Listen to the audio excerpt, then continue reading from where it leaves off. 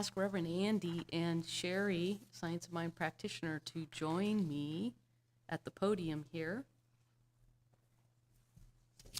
And this is the third week of the Science of Mind textbook, and I'll let Reverend Andy set the intro.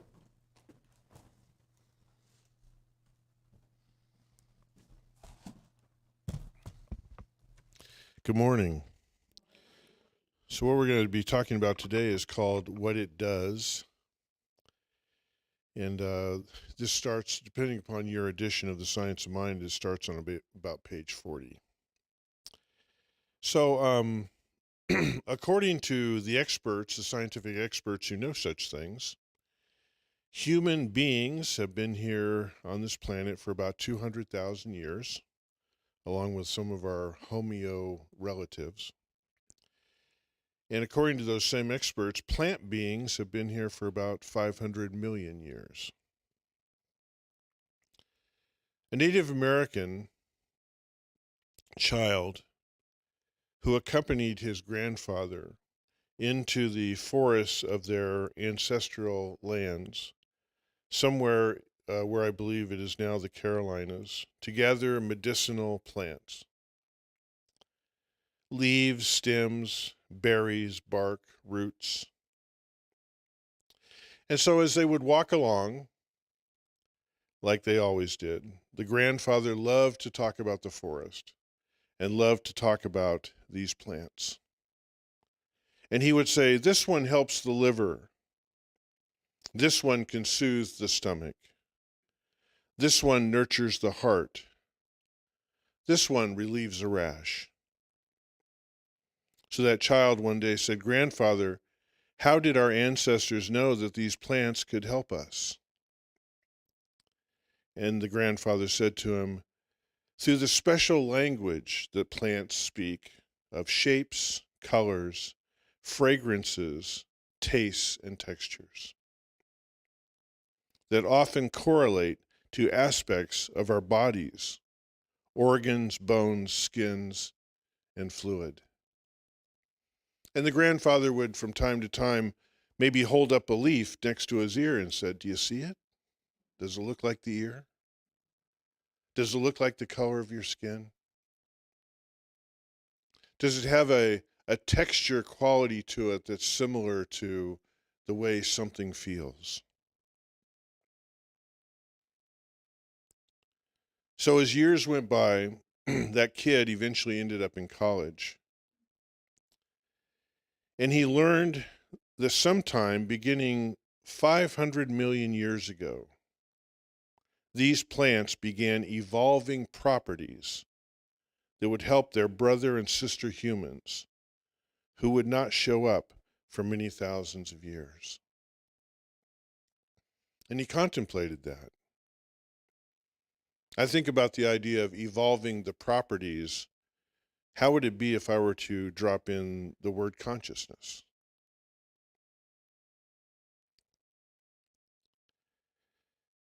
We can relate to this. I think those of us we've all heard that famous saying, when the student is ready, the teacher appears, which originally came to us from the Tao. And so we ask the question, as I think a lot of us have, who have encountered that teacher in our lives, encountered that book, encountered that philosophy, encountered that person, we say, where have you been all my life? And what the Tao teaches and what the grandfather taught was, I've always been here. Always been here. So how do we awaken to that? What it does, it meaning spirit, it meaning power, it meaning universal, mother, father, creator, whatever, it is here.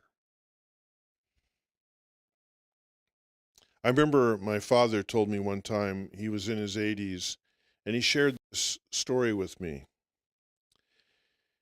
He helped me become keenly aware that my mother's ancestry was an ancestry that put together a family that was grounded in love, compassion, connection, and respect. My father's lineage of ancestry did not create that same thing. You could say abandonment, you can say neglect, you can say selfishness. My father was the product of that. And he told me when he and my mom came together at that pinnacle point, he said, I want to tell you something. And my mom had been gone for many, many years. And he said, Andy, I first fell in love with your mother, and then I fell in love with her family. She's the family I was always looking for. When the student is ready, the teacher appears. When we are ready, something appears. That something is God. That something is Spirit. Thank you very much. Sherry?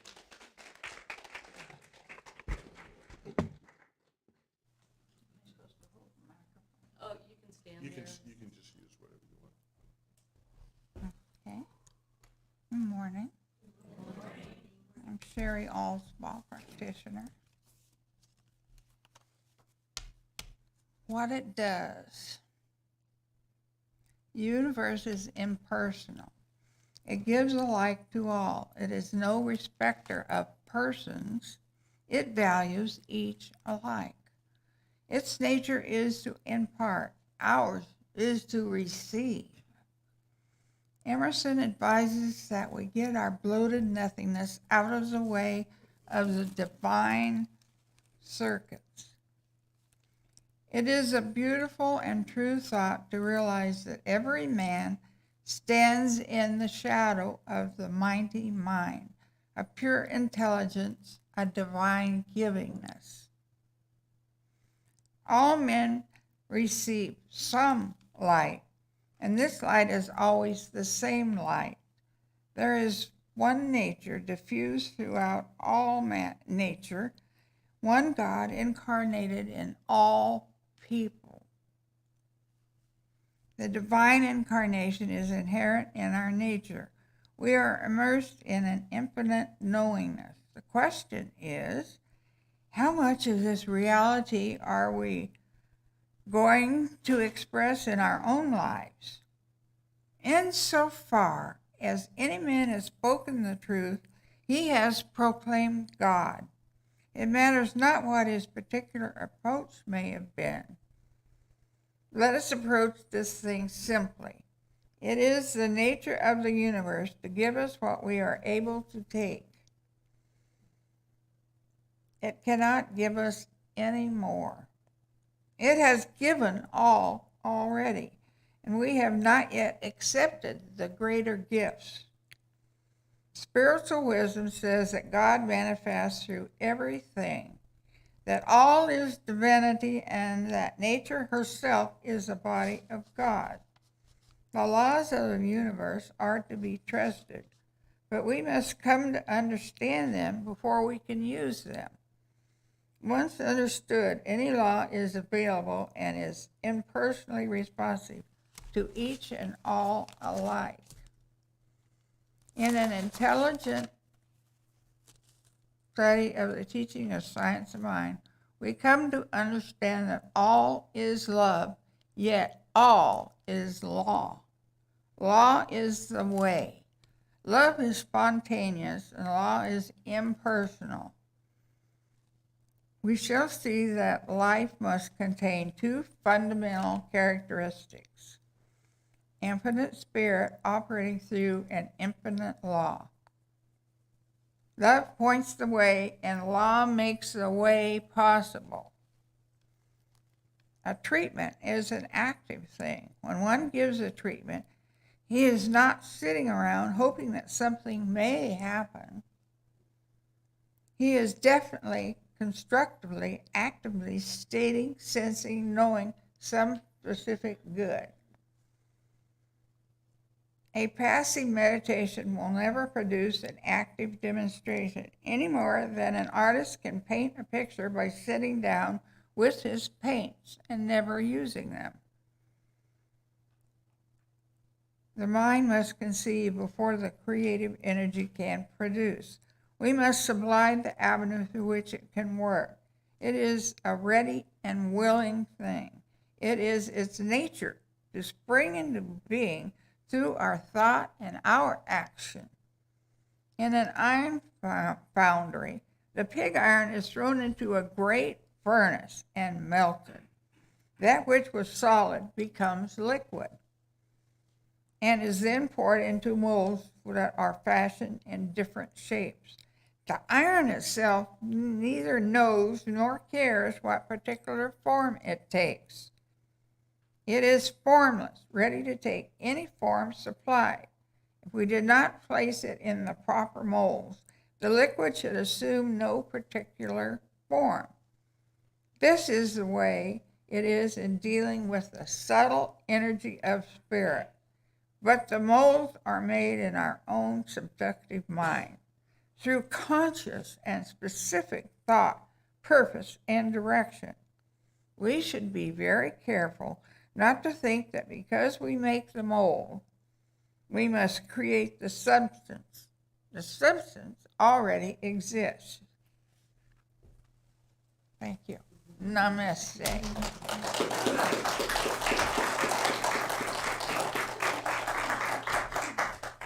Thank you, Sherry and Reverend Andy.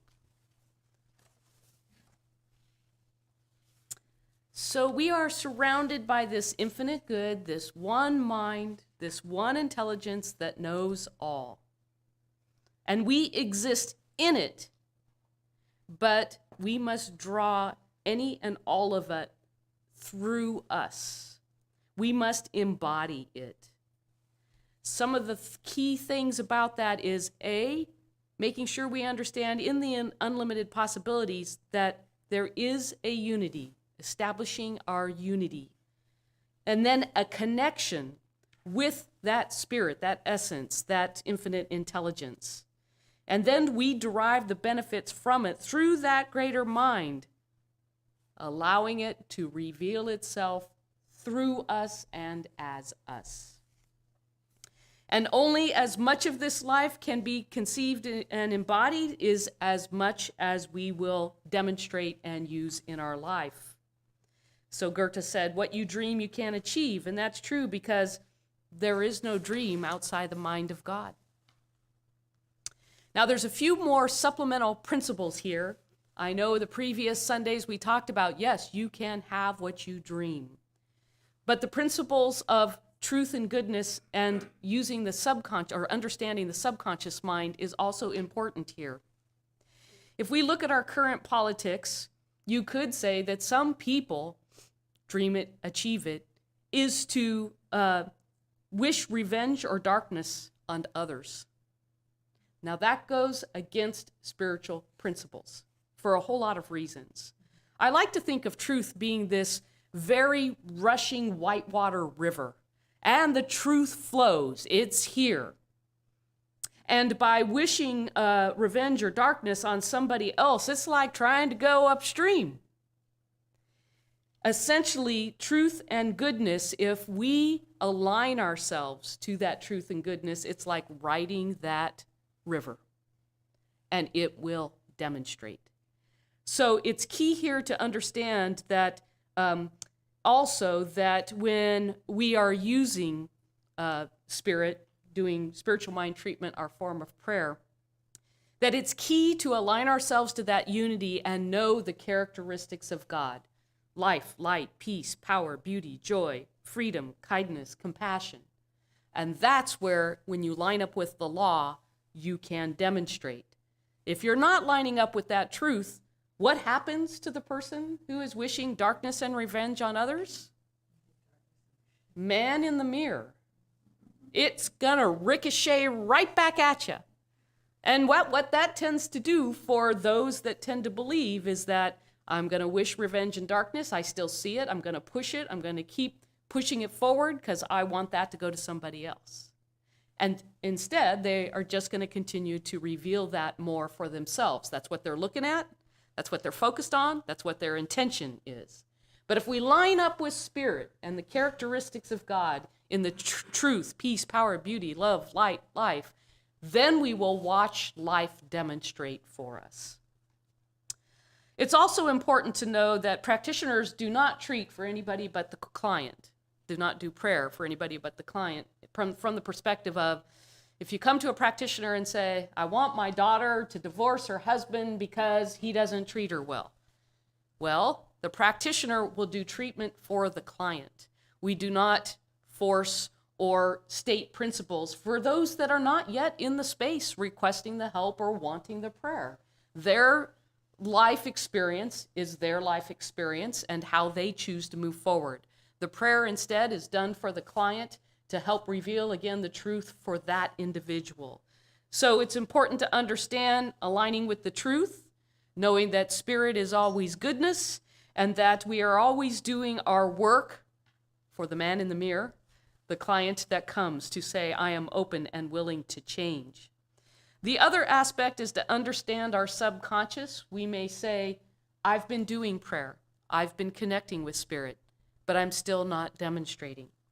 It's possible that seeds have been sown into our subconscious mind. So when we were a little kid, if we were in an abusive family, of course our parents were looked upon with the power, the authority, and the knowingness that we did not know. And so if an abusive parent said, you're no good, you're not worth it, you never add up to anything, that went into our subconscious mind. Now, the subconscious mind never argues and can never rationalize.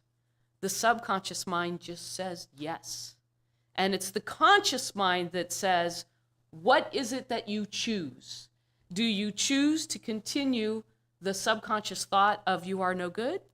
Or are you now choosing, via lining up with truth, that no, you are a beautiful, wonderful, wondrous being? Yes. You are divine. Yes. And so we can supplant any seed that was preceded our intentional thought. And of course, we can change our intentional thought at any point in time. And what we are doing then is planting the seed to go into the subconscious mind. So, everybody knows Play-Doh, right? So let's pretend that this is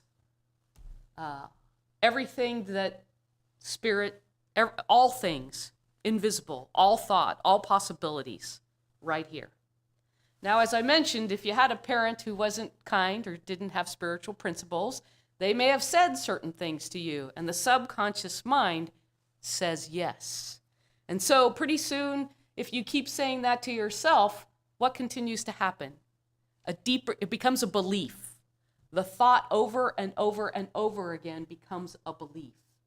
But we can reshape by, again, planting our own seeds to restore to wholeness by knowing our greater truth. And hence, if you have something that you are planting and not seeing a demonstration, it's doing our spiritual work, practice, to discover what is it that we told ourselves when we were younger, or a parent or a teacher told us, and how are we going to reshape that by replanting the truth seeds. The other thing that I just love to do, as Sherry said, well, if the law is impersonal, and we're all using the law of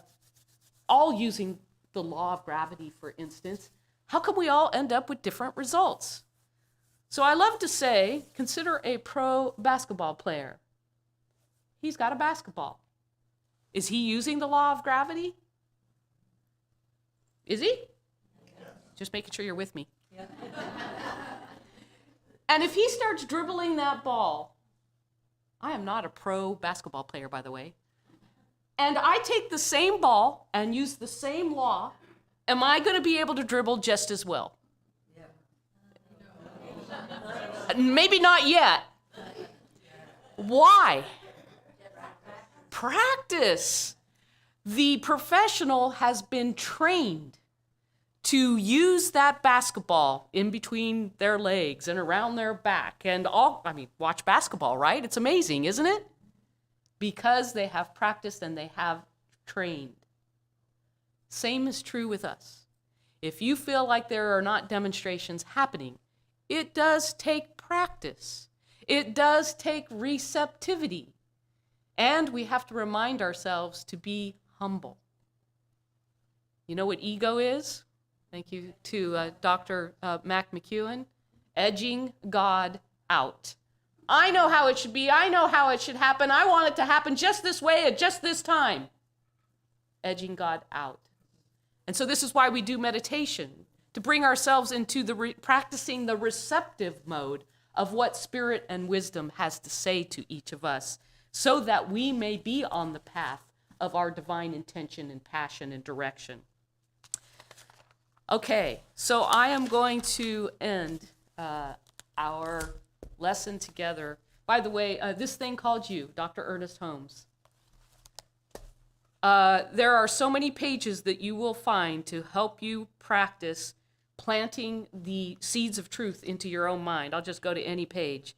It is the presence of my real and true life. I am forever one with that life. There is that within me that knows. I am not the only one with this power. This power is actually flowing through me now. Okay, that's just one page. There's lots of pages to practice and get trained in planting seeds in your subconscious mind. So ending chapter 3 on page 50. There is no limit to thought. When we think, something happens to thought. Thoughts are things. The field through which thought operates is infinite. There is no reason to doubt it.